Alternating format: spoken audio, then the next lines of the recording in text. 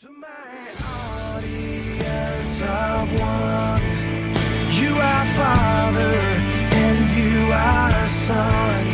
As your Spirit flows free, let it find within me a heart that beats to praise you. And now just to know you more has become my great reward. I'm just going to start by saying I had a blast. I was one of the stupid ones that swam across the river that was hypothermic cold. We talked about a lot of things, purity. We talked about how to stay pure. We talked about just all those things that you figured, oh, we're going to talk about sex in this, but it was more than just staying a virgin. It was how to stay a virgin and how to just stay pure, not just sexually pure, but like our eyes, our hearts, and everything. There's a few things that stuck out to me. One was a covenant. I figured covenant, yeah, sure, that's a promise, whatever. That's nice. Karen Tolley came and shared with us, and she said that a covenant was actually a blood covenant. They'd get this lamb, stick it on an altar, cut it, and blood would run down this ditch that they had dug. And the first guy would walk through the blood, and the other guy would seal the promise by walking back behind the guy in the blood. That's a blood covenant. That's a promise. And that's one of the Jewish customs. And one of the verses is marriage. That's a covenant. That's a promise that you make to your spouse. One of the verses comes out of Mark 10, 7 and 8. It says, "For this cause shall a man leave his father and mother and cleave to his wife, and they twain shall be one flesh. So they are no more twain, but one flesh." They promise each other to each other. And being sexually pure before marriage, that's one of the promises. If you go out and have sexual relations before you're married, you're sort of promising to that person, and technically you're becoming one flesh. And in God's eyes, you don't have to have this marriage certificate. You're sort of married. Then you just walk away, and it's like tearing apart. Then you try to connect to somebody else. You're putting dead flesh on what could be pure flesh. Another thing that stuck out to me, I forget who said it, but it says, God isn't just our father. When we get married, he is also our father-in-law. And I sort of feel sorry for any Mickey, his future son-in-law, if he has one. I mean, you think about it, like Mickey's like, yeah, don't touch my daughter.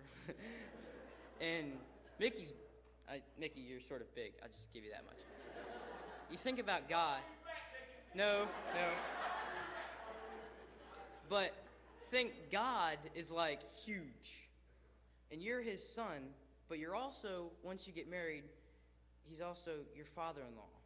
And I don't really want to tick off any future father-in-laws, exactly. Another thing is staying pure's rewards. You get this reward. It's your walk with God's better. I mean, if you're impure, Satan's coming at you. He's all these different directions. But if you're pure before God, you're drawn closer to him. And so your relationship with him is better. Your spouse's relationship with each other. You're both sexually pure before marriage. You get to give each other that gift on the wedding night. And it's satisfying to self. Like I said before, your walk with God's better. And I've always felt better when I'm closer to God than when I'm not. The last thing that stuck out to me was running the race. And Paul's talked about running the race before, and usually that's just the churchy thing to talk about. And the verse in 1 Corinthians 9:24, I caught something I've never caught before, ever. It says, "Know ye not that they which run in a race run all, but one receiveth the prize? So run that ye may obtain." I caught the first part of that before, but this weekend I caught, "So run that you may obtain." Christians, they get saved, they try to stay pure, and they just think it's so you don't burn in hell. And that's all they're striving for. This verse says you have to run to obtain for it. You have to go after something, like running a marathon. Travis was talking, he ran cross country. And run like you want it the most. I mean, hopefully all of us in this room will get the prize, but run like you want it the most. Give your best to God. I just want to thank all the men that were there. I think Ron, he's in Glenville.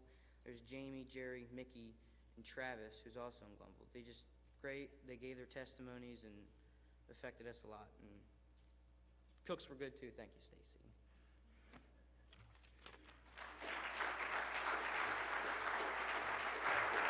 And Lord, as the love song of my life is played, I have one desire